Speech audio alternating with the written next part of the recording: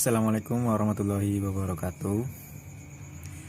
Perkenalkan, nama saya Muhammad Rifila dari kelas Manajemen NA non reguler semester 2. Di sini saya akan menjelaskan tentang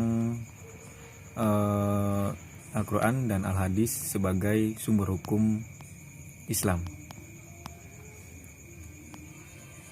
Al-Quran merupakan kitab suci terakhir yang diturunkan Allah Subhanahu wa Ta'ala. Kitab Al-Quran adalah sebagai penyempurna yang diturunkan dari Allah yang pernah diturunkan sebelumnya. Al-Quran dan hadis ini merupakan sumber pokok ajaran Islam dan merupakan rujukan atau pedoman umat Islam dalam memahami syariat. Pada tahun 1958, salah seorang sarjana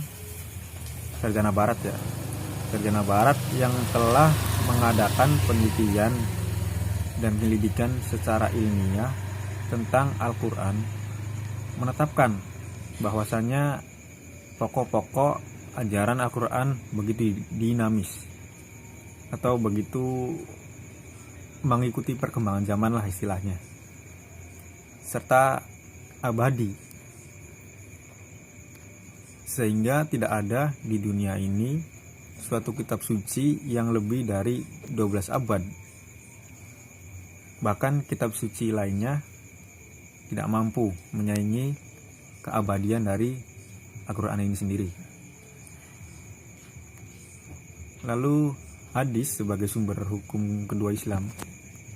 Para ulama juga telah sependapat bahwa setelah Al-Quran sebagai landasan utama hukum Islam, maka hadis dijadikan landasan kedua. Kenapa demikian? Ya, karena sifat ayat dalam Al-Quran yang masih bersifat global dan perlu pemahaman dan penalaran yang dalam, sehingga pemahaman harus disampingi oleh hadis. Hadis sebagai sumber hukum Islam yang kedua setelah Al-Quran. Jadi, intinya sih gini. Al-Quran adalah firman Allah yang diturunkan kepada Nabi Muhammad. Dibacakan secara mutawatir atau secara berkala sebagai petunjuk bagi seluruh umat manusia.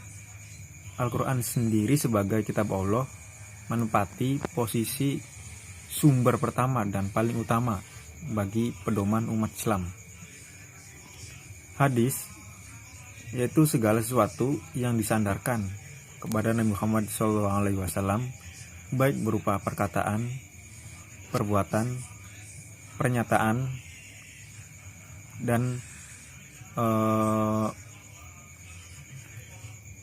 apa yang diucapkan oleh Nabi Muhammad SAW. Hadis merupakan sumber hukum kedua setelah Quran. Mungkin segitu saja penjelasan dari saya. Kurang lebihnya mohon maaf. Wassalamualaikum warahmatullahi wabarakatuh.